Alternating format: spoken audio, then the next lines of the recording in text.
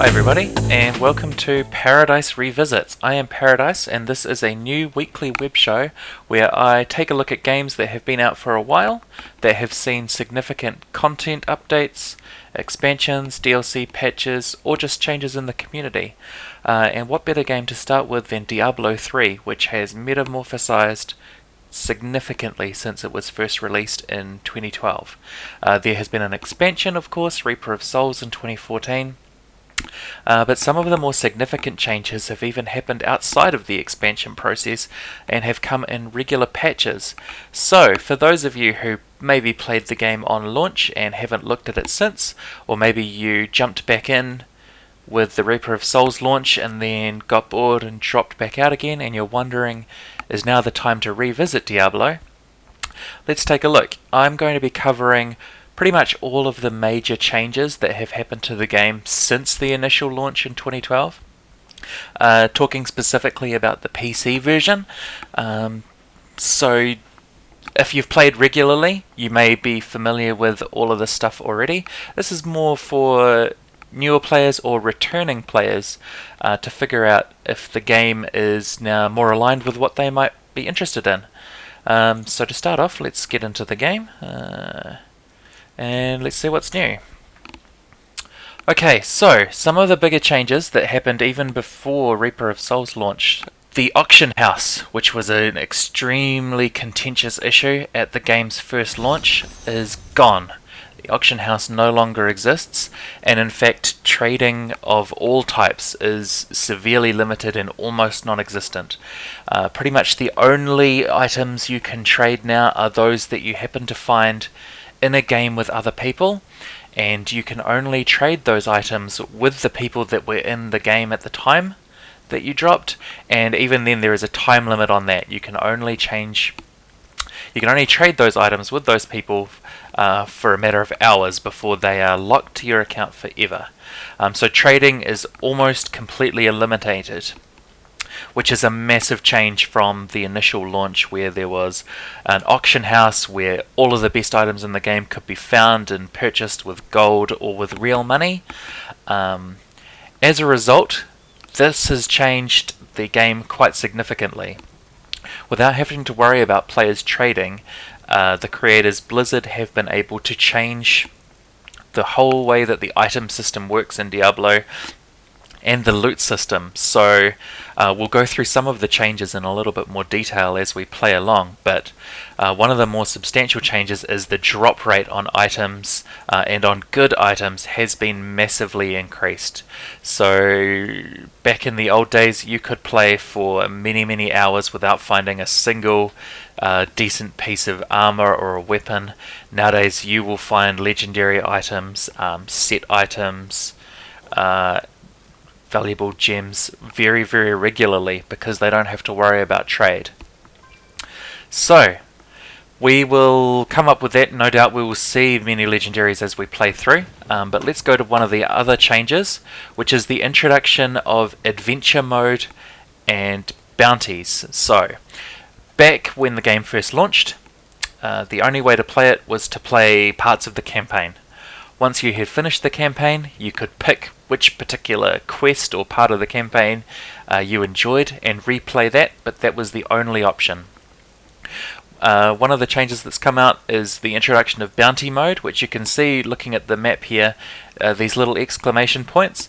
They're randomly created every time you create a game. There are 5 of them in each of the game's acts, which is areas. And you can clear these to get special rewards.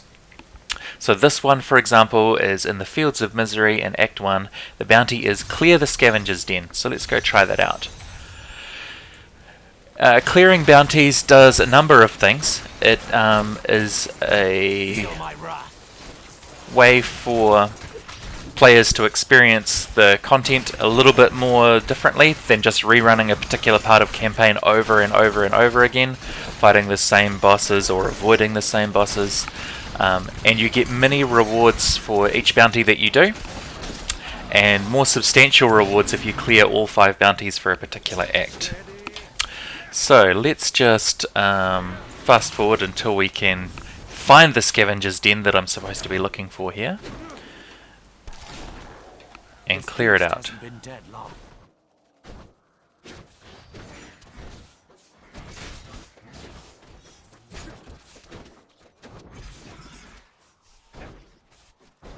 I need more discipline.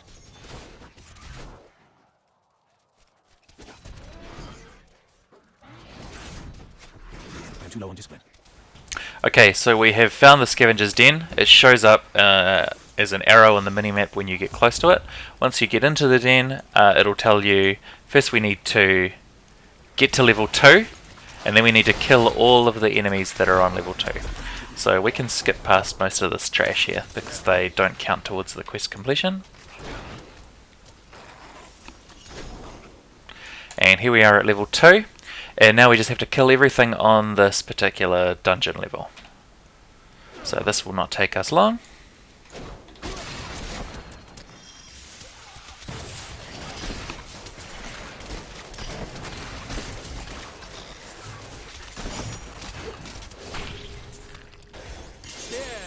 There's an example of the frequency with which legendaries will drop. The very first chest that I opened has got a legendary bow for me to check out later on. In the meantime though, I will just concentrate on killing all of these creatures. That would not be right. Something else you may notice is that the average power level of a particular character is quite a bit increased from where it was back in the old days. It's due to a combination of things. Improved gear over time, more powerful legendary drops have been created, and the introduction of legendary gems, all of which we will cover later on. So right now there are 4 enemies left in the level. You just search them out however you can. Usually they are hiding in corners. And then when it's complete, you get a little bit of gold, some experience, and you may or may not get a rift key. So we haven't got any rift keys from this particular bounty, but we will continue on to the other bounties, and we are sure to get some sooner or later. Okay, while we're looking at that, I can talk through some of the other changes in the game. So one of the other big changes is the introduction of Paragon levels. So previously, once you were at max level, that was it for your character development. All other development and improvement on your character came from finding items. But the consequence of that is, if you got particularly unlucky, you might go an entire session without finding a single useful piece of gear or upgrade or anything, and it felt like that particular time had just been wasted. So what Blizzard did was introduce a system called Paragon levels, where once you were at maximum level, you started to collect further experience towards increasing your Paragon level, and with every Paragon level that you received over your level cap, you got a very small bonus to one of your attributes, which you could apply however you wanted.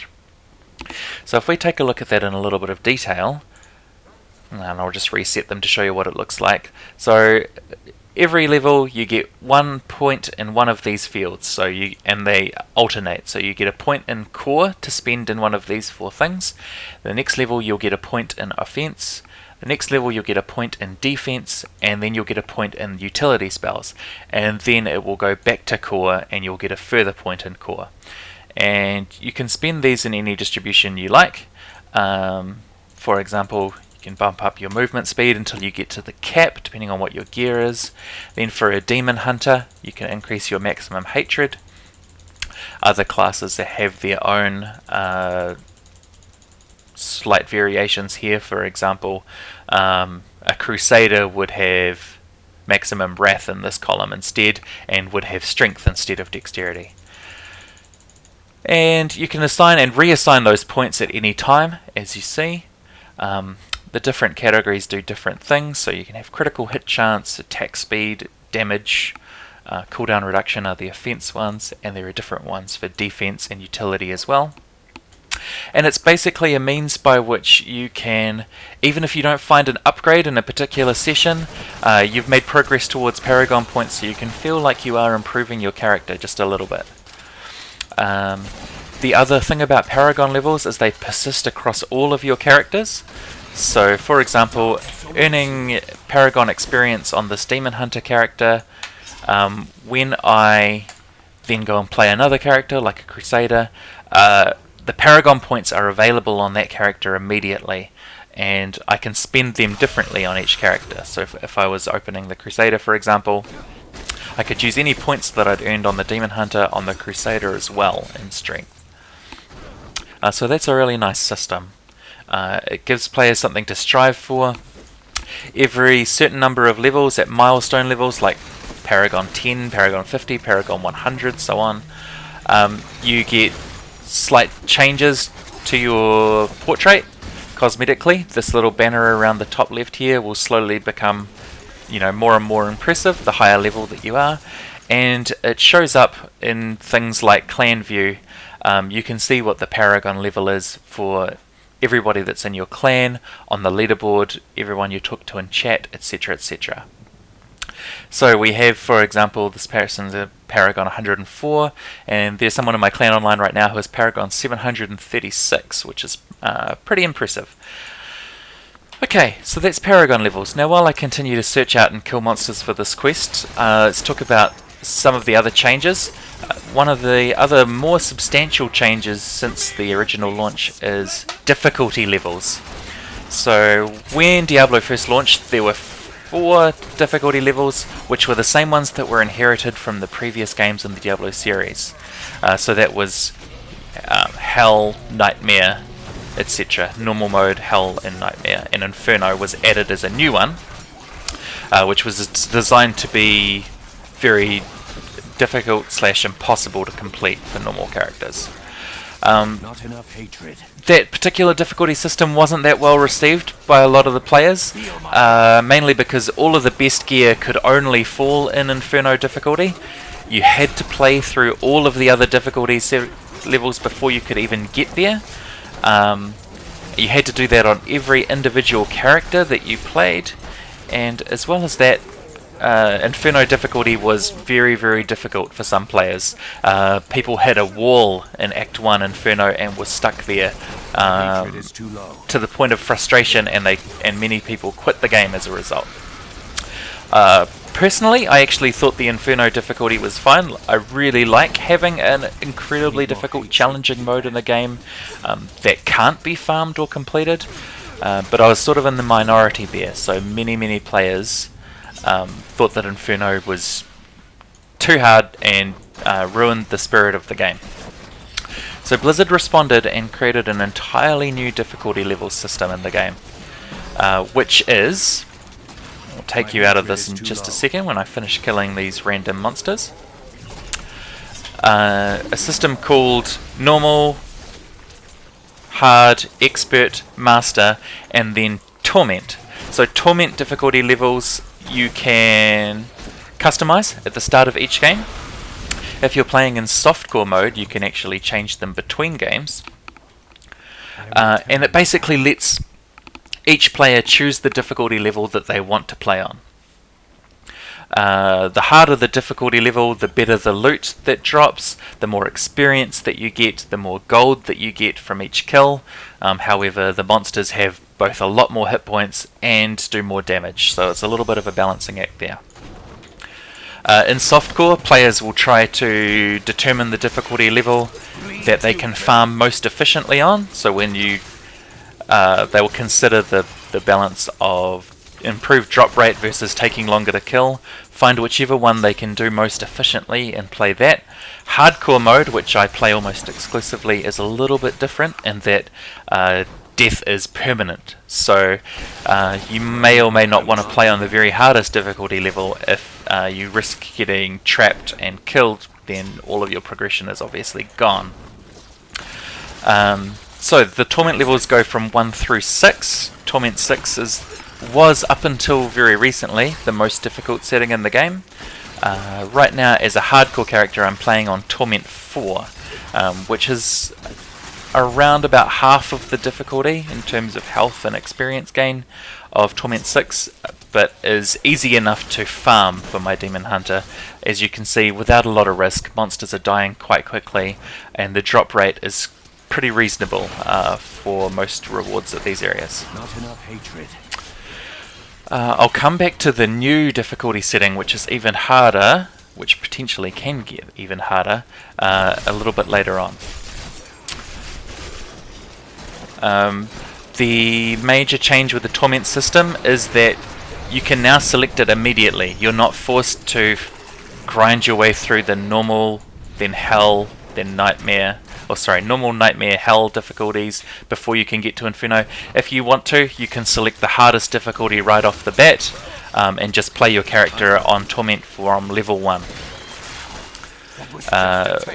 Which doesn't sound realistic, but is actually viable if you have built up, say, a collection of armor and weapons on earlier characters that your new character can get a head start in using, and also your Paragon points can be used immediately by any new character that you create. So if I was to create a new character right now, for example, a new Demon Hunter, he would immediately be able to spend all of these points in getting dexterity boosts, vitality if necessary, critical hit chance, attack speed, all of that stuff, which makes farming the torment difficulties and lower levels much more practical and makes it way faster to get to the high level in-game content, which sort of begins at level 70. Okay, so I am currently searching through the caverns for this bounty, which is to kill the Queen Irene. There is always, in a particular act, one boss fight. The Queen is probably the least desired one because you have to spend time in these maze-like caverns to get to her. And I always choose the least. It's the one corridor that I didn't explore, obviously. Over here will lead to her chamber. So back I go. When you complete all 5 bounties, which I'm closing in on now, I think I have completed 3 of them and I'm on the 4th. You can return to Turiel, who is in the town in each act, and he will give you a Herodric cache, which we'll talk about when I pick one up. Basically, it has a chance to drop a few legendaries, which only can come from Herodric caches, as well as, you know, standard loot like gold items, legendaries, and gems. Okay, here we are at the Queen's Chamber now.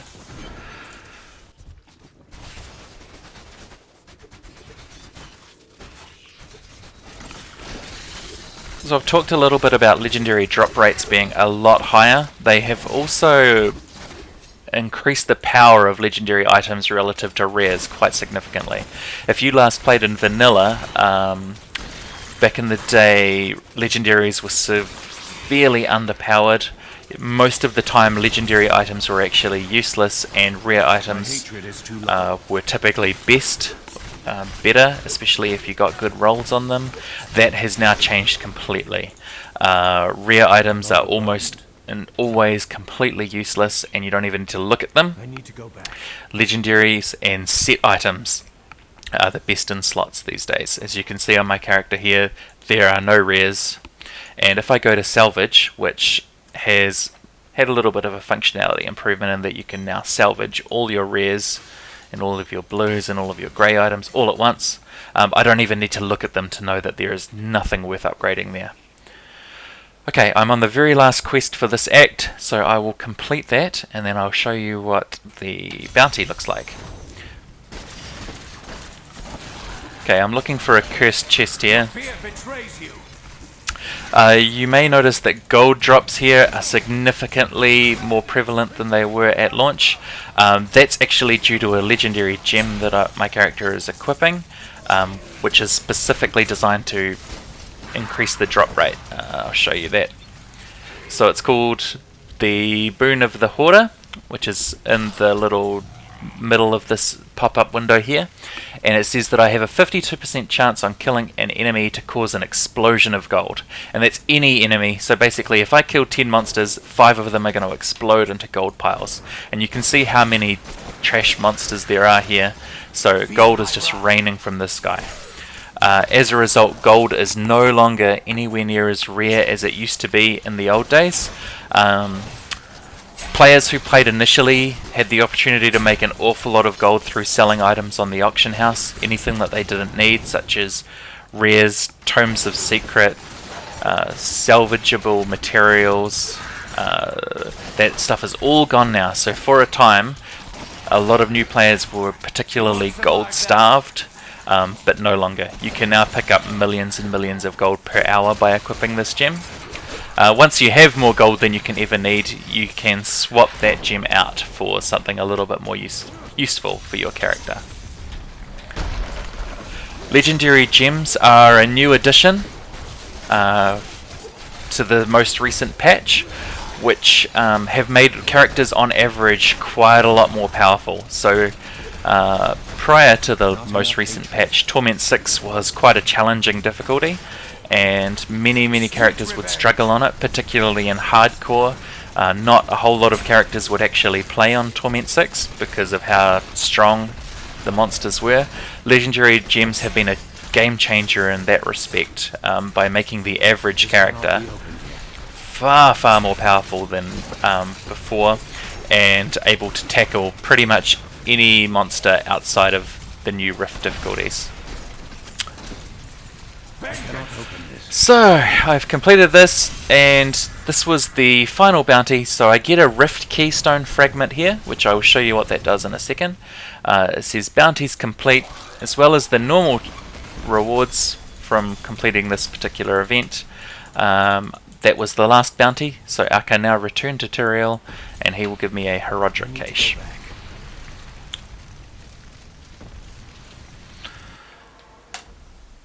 The world is safer now for your efforts. Take this. You have finished all the bounties here. Okay, so he gives you more gold, more experience, and one of these, which is openable and will drop, in this case, just a couple of gems and nothing else that was particularly useful. There is a high chance of legendary items to drop there, but not this time. Okay, before I show you the rifts, let's take a quick look at what legendary bow dropped earlier. And that's not particularly useful, so that can be immediately salvaged.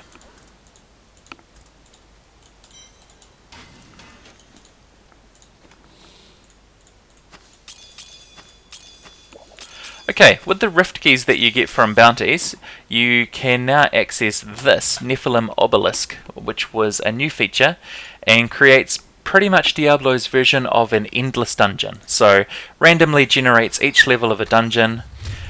You can jump into it, kill a few monsters, I wish you luck, which will then summon a Rift Guardian. You can kill the Rift Guardian, and he will drop improved loot, and as well as a keystone for a greater rift, which we will do when we get there. So you can see as you kill monsters in the rift, this little bar slowly fills up. When it gets to 100%, the Rift Guardian will spawn, who is sort of like the final boss of the particular dungeon. And you can do as many dungeons as you have rift keys for. You get probably 5 or 6 rift keys on average for every set of bounties that you do. So if you want, you can spend almost your entire time just in rifts. The great thing about rifts is that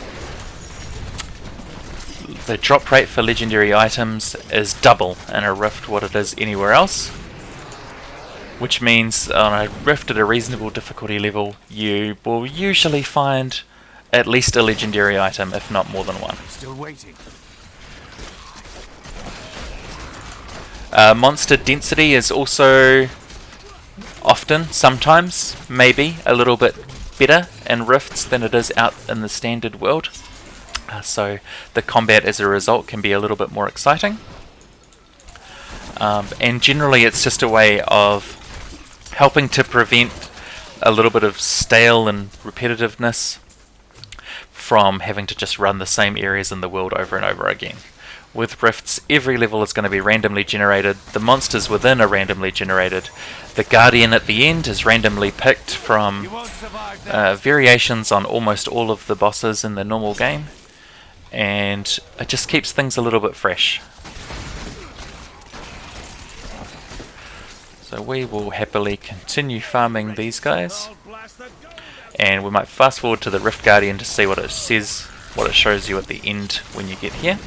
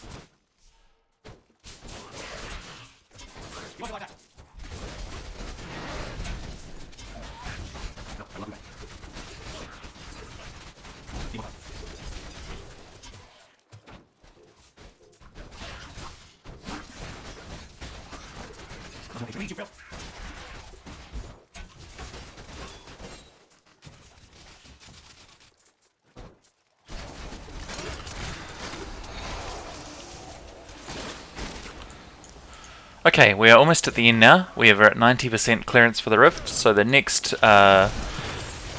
group of mobs that I kill, including this elite pack here, is going to spawn the Rift Guardian. The Rift Guardian has There he goes. So, this is a randomly chosen type from sort of recreations of a lot of the game's regular bosses. So this Bone Warlock here, for example, is pretty much the Skeleton King. And they have a lot of health. This guy has got 1.5 billion health, and this is on Torment 4. So he can go over 3 billion on Torment 6. And they have a few special abilities. When they get low on health, they can often start doing specific attacks as well, depending on which Guardian it is. But this guy is not really a threat. You can see he's going down pretty quickly. And when he dies, he is hopefully going to drop something interesting for us.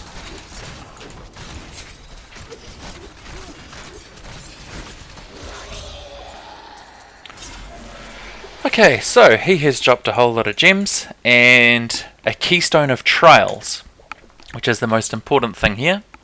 This is a trial key to unlock a greater rift, which is the new hardest difficulty setting in the game, introduced in just the most recent patch. So we'll look at what that does in a second. I'm just going to clear a couple of bits of junk so I can get these rubies and souls and crafting mats, and then we'll go back to town.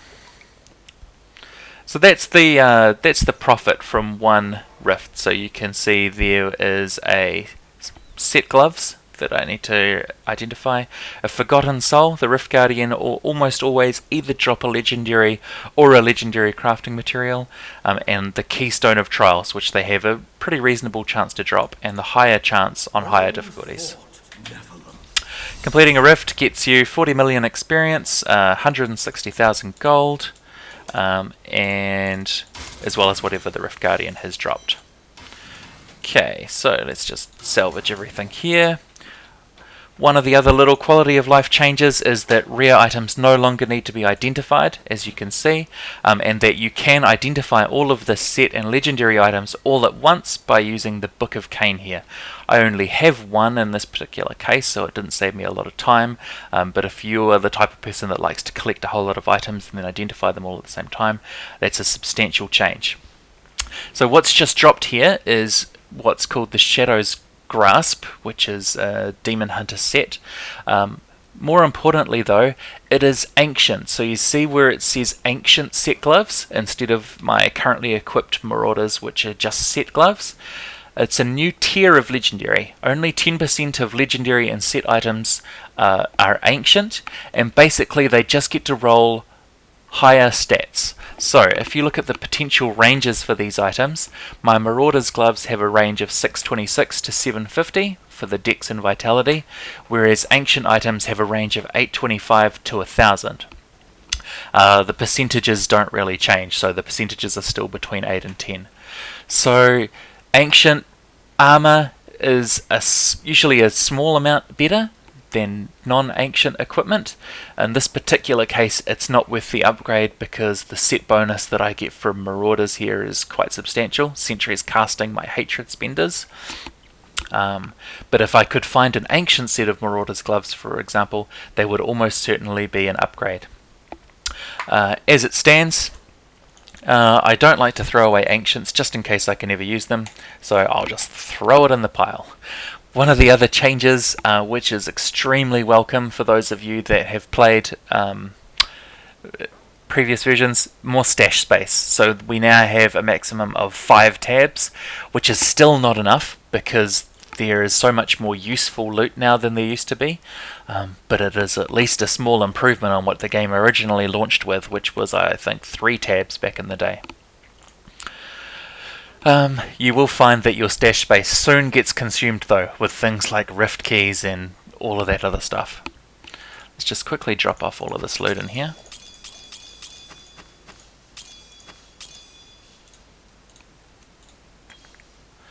And yet another stack. Okay, let's take one of these Keystones of Trials that I had previously picked up and check out what it does.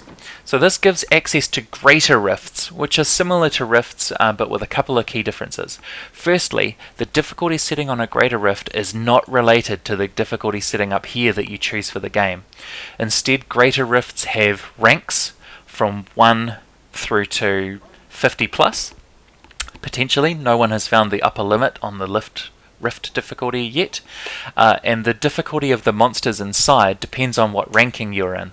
So a greater rift at level 1 is the same as normal, a greater rift at level 19 is about the same as Torment 4, a greater rift at 25 is about the same as Torment 6, and anything higher than rift level 25 is higher than any other difficulty that you can get outside of the rift. There are 2 steps to a greater rift. The first is what we're doing now, which is called a trial. Basically, the trial throws wave after wave of successively more difficult and powerful white monsters at you, and the more of them you can complete, the harder greater rift difficulty you will get access to. So for example, I'm clearing wave 19 now. Once these guys are all dead, it's going to unlock wave 23, and it will keep going higher and higher. Once it gets to the point where I can't kill all of the monsters within this time, it will end the trial and it will give me a greater rift key for a particular difficulty. Here's wave 24. So this is going to give me a rift key for about rift 21, which is pretty reasonable. So I want that, so I'm actually not going to bother trying to kill these monsters. Which greater rift difficulty you choose has a bearing on a number of things. So the damage and hit points of monsters is the major one, of course. But also loot becomes better and better at the higher difficulty greater rifts that you can clear. And more importantly, finishing a greater rift is what allows you to upgrade these legendary gems. So I showed you the Boon of the Hoarder before, which I currently have at rank 18. Basically, you have a chance to upgrade the gem, or a gem, every time you complete a rift, and how successful you are at upgrading depends on what the difficulty of the rift is compared to the difficulty of the gem, or compared to the current rank of the gem. So for example, I have a rank 18 Boon of the Hoarder here. Completing a greater rift of level 21 will give me a reasonable chance to upgrade it. It'll give me a 60% chance per roll to upgrade the level of the current gem. And with every level, the legendary gem gets a little bit more powerful. The text in blue indicates which stat changes. So for example, at the moment I have a 52% chance to drop gold whenever I kill a monster. If I upgraded that to rank 19, rank 20, rank 21, that percentage would increase to 53, 54, 55, and so on and so on. Once you get a gem to rank 25, which you'll recall is the same difficulty of Greater Rift as Torment 6, then it gains a secondary ability, which for this particular gem is 30% movement speed for 2 seconds every time I pick up gold. And if you combine that with its primary ability of gold dropping everywhere, obviously that's a great farming tool. I haven't got this particular gem there yet, but other gems I have. So for example, In this ring I have a Bane of the Powerful, which gives 20% increased damage for 55 seconds after killing an elite pack. That starts at 30 seconds, and each rank that you get adds 1 second onto it, which is why that's blue. And because I've got it to rank 25, it's now given me a permanent flat increase in damage against elites by 15% as well, which is a pretty significant bonus. Okay, every Greater Rift that you complete gets you 3 chances to upgrade your gem. So what we might do now is we will trigger a rank 21 Rift and go for it. Okay, so the difference between Greater Rifts and other Rifts, as well as the variable difficulty, is that they are strictly timed. So I have 15 minutes to complete everything in this Rift, including killing the Guardian. And if I do so, I get the opportunity to upgrade this gem to a higher level. Or if I don't, then all I can do is upgrade my gem with it, and my Greater Rift run ends there. So let's complete that now. Whenever you kill an elite pack, like I'm about to with these sneaks, they drop these little purple tokens, which significantly increase your Rift progress over here compared to the time. And basically, as long as you can stay ahead of that little timer bar, you know you're on track to complete the Rift. As I said, if you don't manage to complete the Rift within 15 minutes, you still get the loot and you still get the opportunity to upgrade the gem. However, you can't upgrade the Rift key to a higher one. For me, that's okay, because I chose this difficulty level by stopping killing monsters in the trial. Had I wanted to, I could have killed them for several more levels, but playing hardcore, you do want to be a little bit selective about what Greater Rift difficulty you try.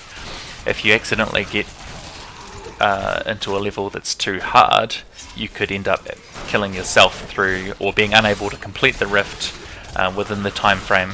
That was just a taste. Because the monsters are too difficult. Now, the other introduction with these Greater Rift levels is the introduction of leaderboards. So, for each class, and for softcore and hardcore, and for solo teams versus teams of 2, 3, or 4, Diablo maintains a leaderboard of who the top characters are. So, what I might do is, after this Rift is completed, I'll show you what those leaderboards currently look like. The higher level of Rift you can complete compared to everybody else, the higher you'll be on the leaderboard. There's a top 1000, which is registered across the entire continent, in this case Americas. You can also compare your progress to your friends and to your clan. So you can see it's another metric for judging your progression in this game, which is still 2 years after release, PvE only. There's no real PvP component. There is a thing called brawling, which allows characters to attack each other, but almost nobody does it. It's not particularly interesting, to be perfectly honest, and it's not competitive or balanced in any way. So I will just happily continue to complete this Greater Rift, and we'll fast forward to the end here.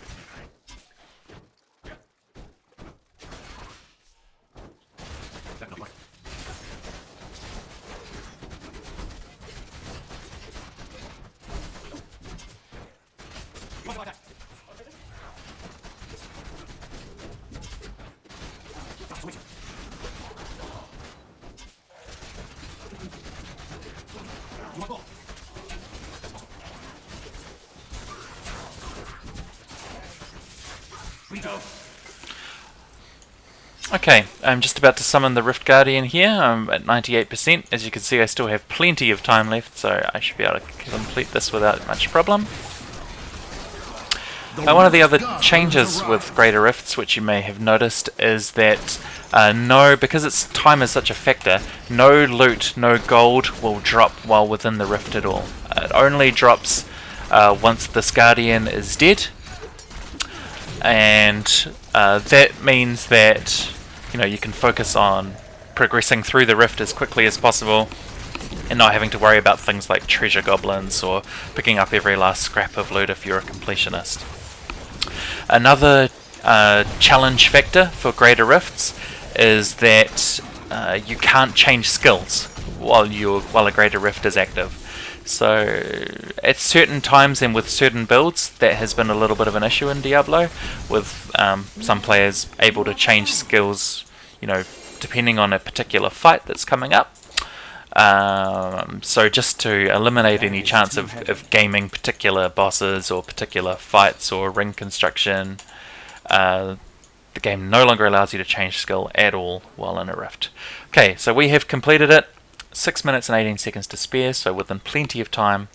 And as a result, I now get the choice that I can upgrade to the next rift difficulty, which is level 22. Or I can choose to upgrade one of my legendary gems. So this was the only difficulty rift I actually wanted to run, so I'm going to choose to upgrade my gem. And I'm going to try and get this rank 18 gem a little bit higher. Rolling it, you get 3 rolls, and the chance of upgrade depends on the difference between the rift difficulty and the gem's current level. So if I was to take a gem that I haven't upgraded at all, for example, like this one, which increases the damage of pets, I would have a 100% chance, but not using that gem, so I may as well go with what I'm using. Second roll succeeded, and third one failed. So I did manage to get it to rank 19, which gave me an extra 1.5% chance of monsters dropping loot when killed.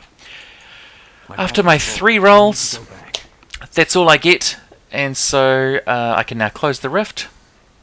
Before I do that though, I want to use those blood shards. So I will go back and pick them all up, and then I'll show you what they do. Okay, so blood shards are a new form of currency. They appear down here beside gold. I can only hold a maximum of 500 at a time, which is why it didn't let me pick them up before. So let's close this Greater Rift, which again gets more gold, more experience, and will trigger the closing. Now blood shards you can use to basically gamble for a particular type of item, whether it be rings and amulets, different particular armor slots, or different weapon types. So this is a means by which, let's say that you are desperate for one particular item to complete your build, which might be boots, it might be, I don't know, a shield, an amulet, whatever. You can choose to spend all of your blood shards to try and roll for that particular item. Right now the thing I'm most desperately looking for is a ring called Unity, as having 2 of those would greatly improve my survivability as a hardcore demon hunter. Rings cost 50 each to roll, and I've got 471 shards, so I get to roll about 9 of them, and I've got a moderate chance of getting something good. So let's spend. That will look nice on you. So I did get a legendary gem there. Unfortunately, not the one I wanted. This is a Justice Lantern, which is really a Crusader ring, as it has chance to block on it. But since it's rolled with dexterity, that's no good to me at all, so I can salvage that one. Better luck next time. It is a little bit of a second chance draw and gives you a chance to direct the sort of upgrades that you can get, as opposed to it being completely random, which is how all of the rest of the loot in the game functions. Let's check out what arm guards I unlocked here, and they are pretty useless as well, unfortunately. One other change in itemization between vanilla and now is the introduction of elemental damage and skill specific damage. So for example, my demon hunter has chosen all lightning damage spells. So a lightning version of Sentry, a lightning version of Rain of Vengeance, lightning hungering arrow, and lightning multi-shot. And with that, I look to collect items such as this amulet here that cause lightning related skills to deal a whole lot more damage. Compared to vanilla, where all items basically had plus attack, or after a couple of patches we introduced strength, things like strength and dexterity, but still all items had plus dexterity. This gives a little bit more value to specific loot because 20% more damage across the board for a particular element does a lot more to improve your DPS than, say, 500 dexterity might. So I have lightning damage across all of the possible different items that I can, and if you look at the character tab here, it means that for lightning damage I'm dealing 1.6 million as opposed to the normal sheet damage, which is 1.1 million. This character is not particularly optimized, so this is a hardcore character, so my gear is far from perfect, but there is a lot more to shoot for. There's a higher ceiling on legendary drops and equipment nowadays because there is variation in there. So one thing, for example, all of the different bonuses stack. So I have Sentry, for example, which is lightning. I have got Sentry bonuses on 2 pieces of equipment and lightning bonuses on 2 pieces of equipment. So my Sentries are doing 29% bonus times the 39% bonus, and because I have the Marauders set where Sentries cast Hatred Spenders, whenever I drop a Sentry and then multi-shot with it, the multi-shot damage is also being applied to the Sentry damage and the lightning damage, so it all stacks up really fast. And in general it means that there is more loot that is more valuable for particular characters, as opposed to all of the loot being sort of generically useful across all of the characters. One last thing to touch on is the alternative endgame content, if you like, to Greater Rifts is Uber bosses. So every act has a key warden. There are 4 key wardens amongst the acts, and they have a chance to drop a particular key. So the Key of Bones drops from the sky in Act 1, the Key of Gluttony from Act 2, Key of War from Act 3, and Key of Evil from Act 4. With all 4 of the keys, you can get your armorsmith, weaponsmith, whatever he's called, to blacksmith, that's it, to create a particular key to an infernal machine. So 1 of each key will unlock an infernal machine. You can then use those infernal machines to summon Uber bosses. Uber bosses then have a chance. I might actually roll one and show you. So if we create an infernal machine of bones here, I might just swap out my Boon of the Hoarder gem for something a little bit more useful for killing Uber bosses.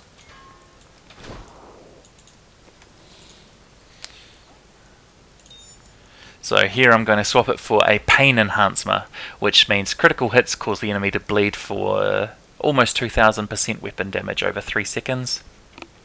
And every bleeding enemy increases my attack speed.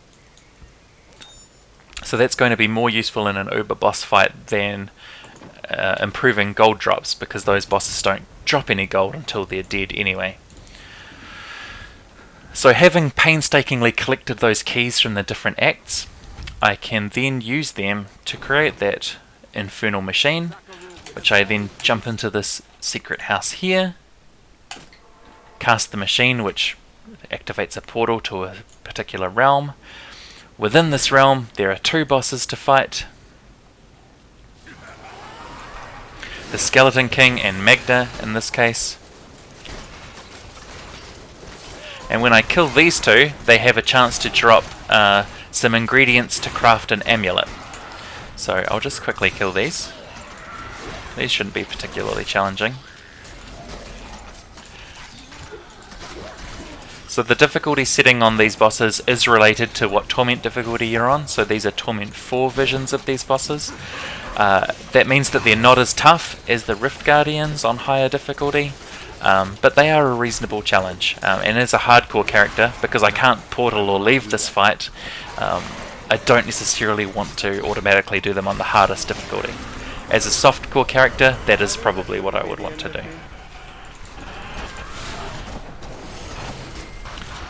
So we will quickly finish off Magda here.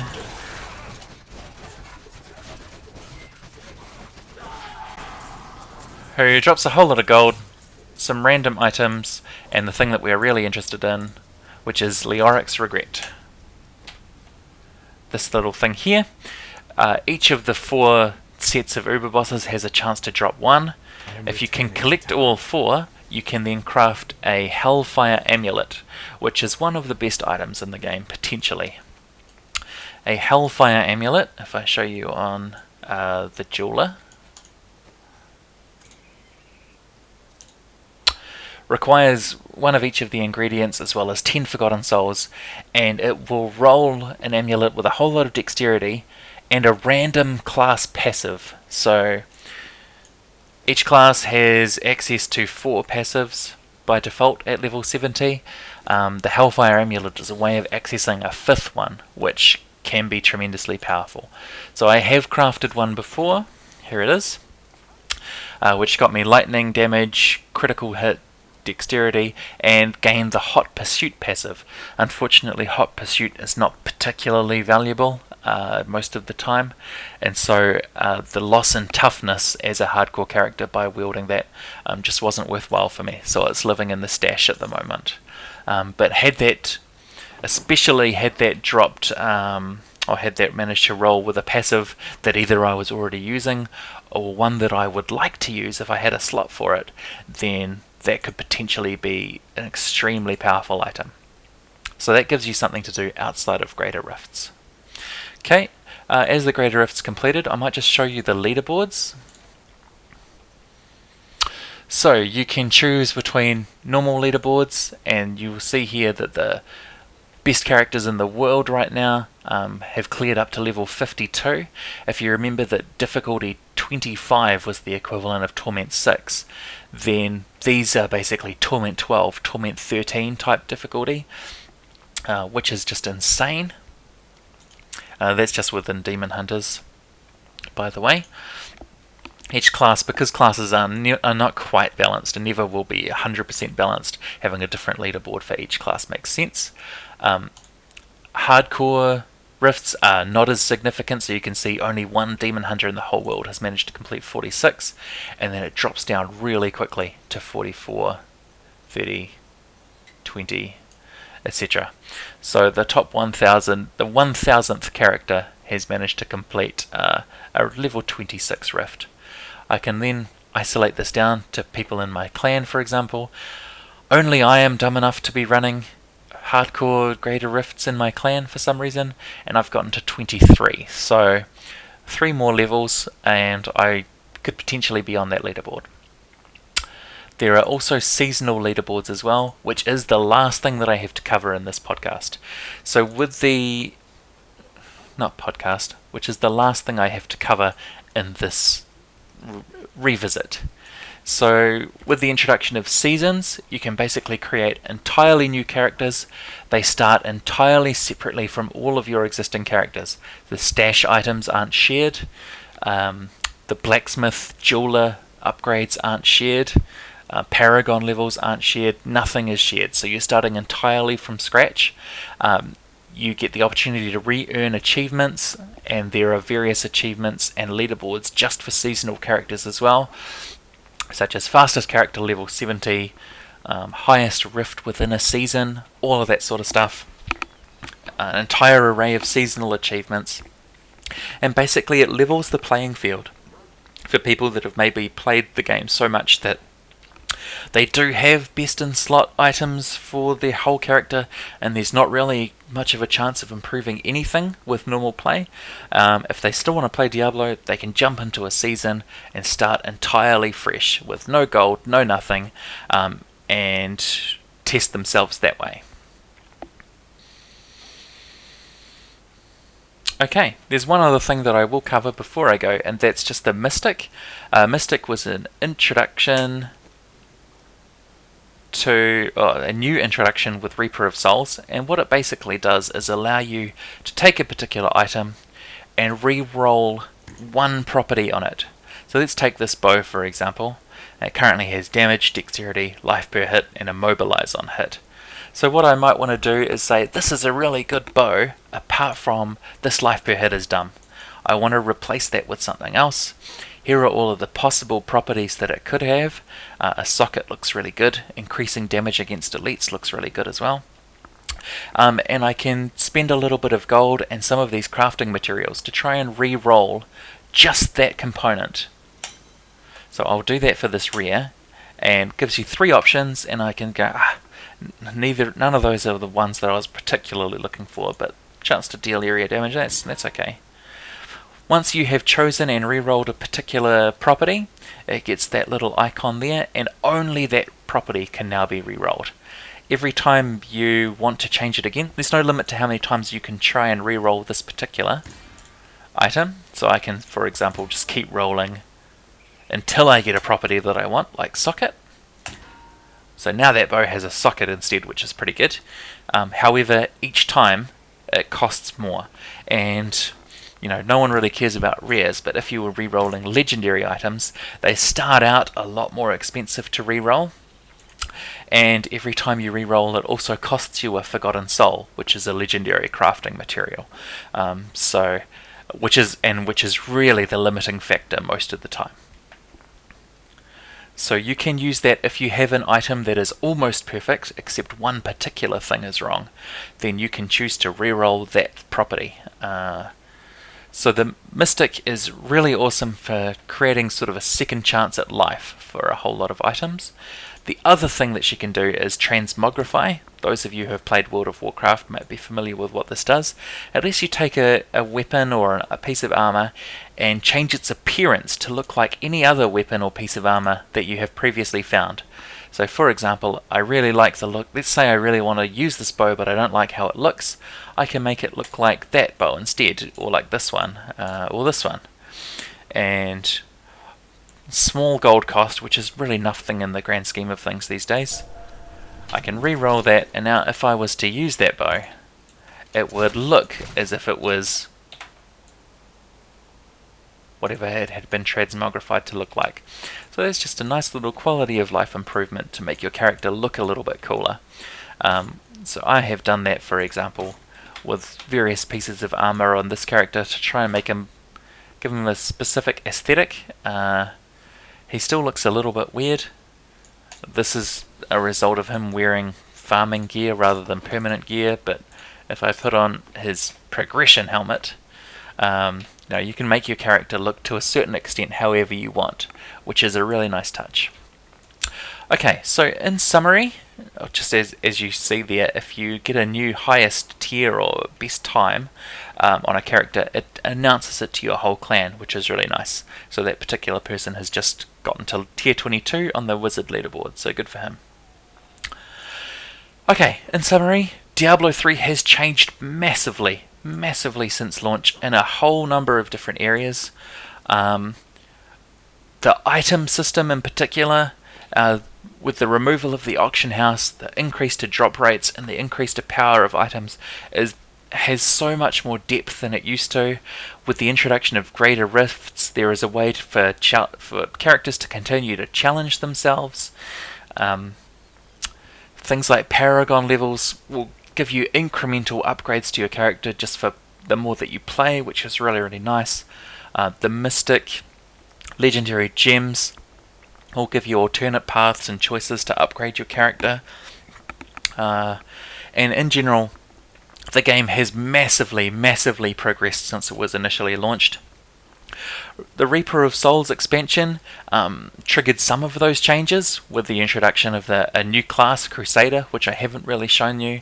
I'll leave that for you. If you want to explore the game with a new class, then you can find that out. But more of the changes and more of the substantial changes have actually come outside of the expansion and are just in patch releases, which really shows commitment by Blizzard to maintaining this game for a long time to come. and actually it is really worth playing. So if you were someone who tried Diablo 3 at launch and you weren't happy about it for whatever reason, maybe the loot didn't strike you as particularly interesting, or the difficulty modes weren't what you wanted, or you ran out of things to do and got bored of rerunning campaign sections, honestly I recommend jumping back in. Season 2, so the second seasonal character set, is about to start on Friday the 13th, which is today, hopefully, if I get the video uploaded in time. And there has never been a better time to jump back into this game and experience it. If you start a new character as at the part of a season, you also don't have to worry about joining a clan with characters who have played 1,000 hours and have 700 Paragon levels already. Everybody in a season starts from 0, so you will be getting in at the ground floor. To end this revisit, Diablo 3 has matured significantly since launch, and I heartily recommend it. So that is the end of this video. If you enjoyed it, please like it, please leave a comment, and if you would like to see more of this type of video, please subscribe. In particular, if you have any game that you would like me to revisit that's been out for a while, let me know. I'm currently looking at things like StarCraft 2, Minecraft, FTL, Factorio and SimCity. So thanks again, and I will see you next time.